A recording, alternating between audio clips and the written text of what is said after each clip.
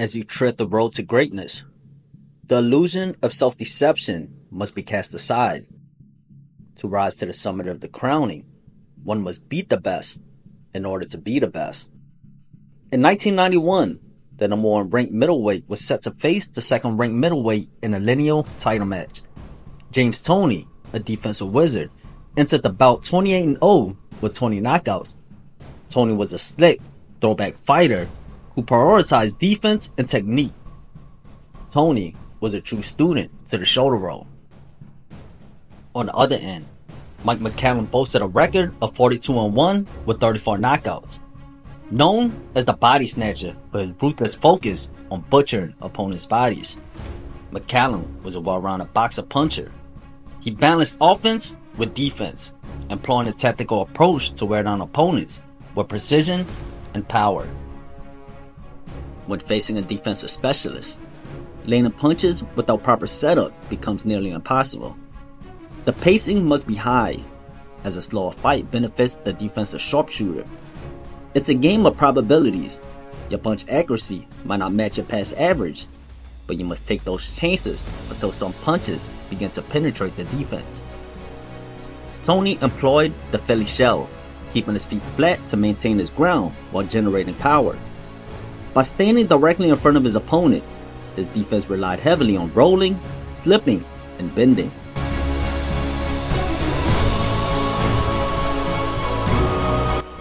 Toney allowed McCallum to open up, creating opportunities to roll his punches and counter. And if McCallum overextended or any of his punches fell short, he was punished for it. This style of defense penalized opponents for even the slightest mistakes, often causing them to hesitate before opening up again. Typically, clean counterpunches will halt a fighter in their tracks. However, McCallum was built different. He had as much confidence in his chin as he did his skills, as history will show, having never been stopped once in his career. He was willing to fight through exchanges, ready to take one, to give one. This approach made him an exceptionally tough opponent for anyone in the ring. In a pocket fight, neither fighter is inclined to pull out of range unless absolutely necessary. The concept is straightforward. The longer you remain within firing range, the more opportunities you have to land. Pocket fighting suited both fighters, given McCallum's aggressiveness and Toney's defensive acumen. Instead of stepping back, they focused on changing angles. This is why both boxers circled clockwise, as gaining an advantage in positioning was just a step away.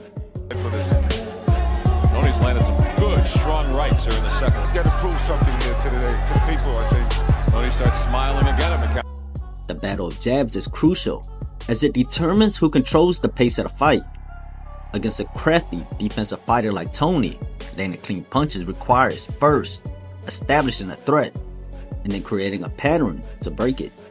Simply throwing a single jab to set up a cross is too predictable for Toney to miss.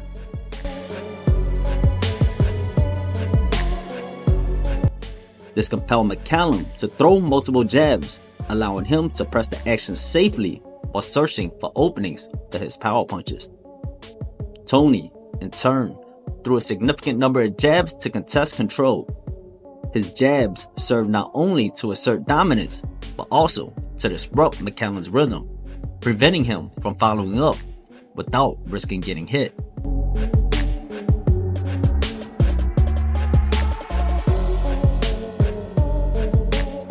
As the saying goes, two can play that game. With Toney pumping an active jab, McCallum was able to time his punch.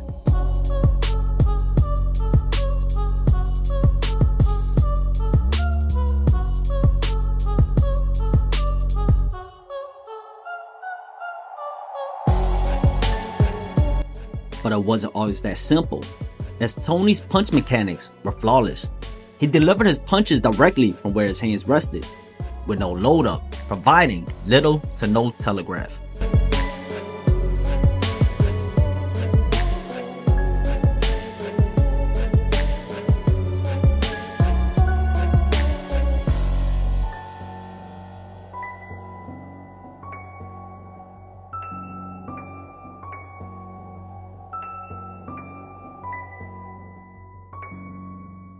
Toney was the prime example of make them miss by an inch, not a mile. There were no wasted movements, as every move was done with intention, allowing him to stay in position to strike. Each time McCallum opened up, he risked being countered, especially when he threw consecutive punches. Yet McCallum had to take that gamble.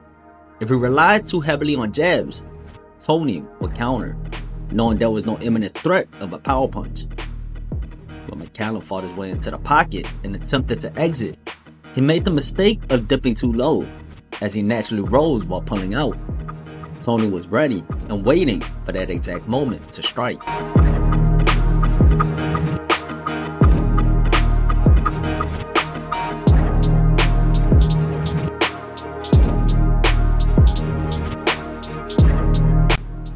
To successfully land a punch against a slippery defense like Toney's, you don't aim at the head, but rather where you anticipate it to be.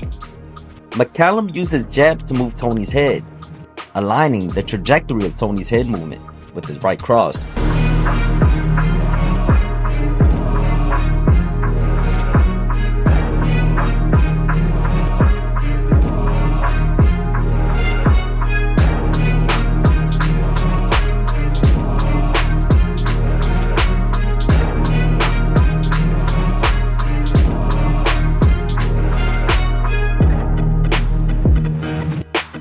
However, those openings were few and far between. Toney possessed cat-like reflexes, and the only real opportunity to land a solid punch against this defensive wizard was by drawing him into exchanges. McCallum wasn't likely to land his first punch, and even the second was rare.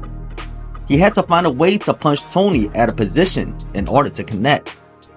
Since Toney actively defended each punch individually, McCallum's hope lay in Toney mistiming one of his punches during the exchanges. As humans, we are all prone to error at some point, even if it's by the smallest of margins. The strategic depth of these exchanges were among some of the highest IQ flows in boxing. But McCallum's best punch is that left hook. Great shirt chase for this 12th round because they do Another right hand from Toney. beautiful right hand from impressed with both of these fighters. Another right from Toney. Stronger right hands. At the highest level, exchanges are a blend of offense and defense, not just standing in one spot unloading every punch. Against a fighter like Toney, that approach will lead to being countered all night.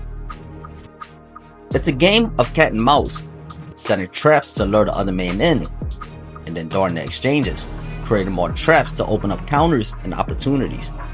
It's about presenting a target that tempts the opponent into believing there's an opening to exploit.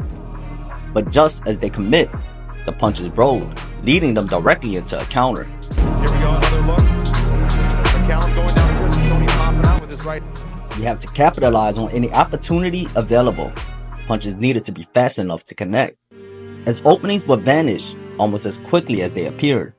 This reduced the power behind McCallum's punches, as he couldn't fully load his strikes without Toney anticipating the move well in advance.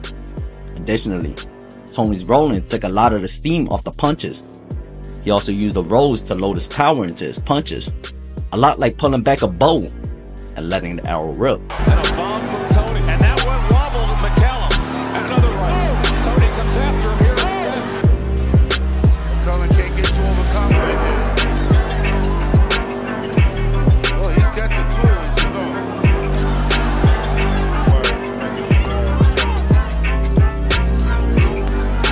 Left hand from Toney. Under his leg shape. And Toney just missing with some punches that maybe could have. Both of them digging the body. McCallum blowing straight up with his hands down, got out with a good left hook. And here he comes.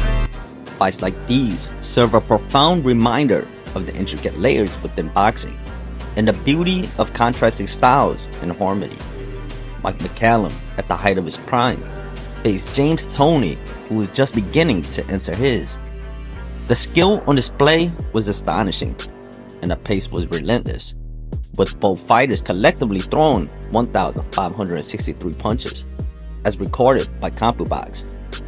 This is the essence of what transpires when the pinnacle of talent meets its equal, where the best fights the best to determine who's the best. Bingo, left hook. Right on the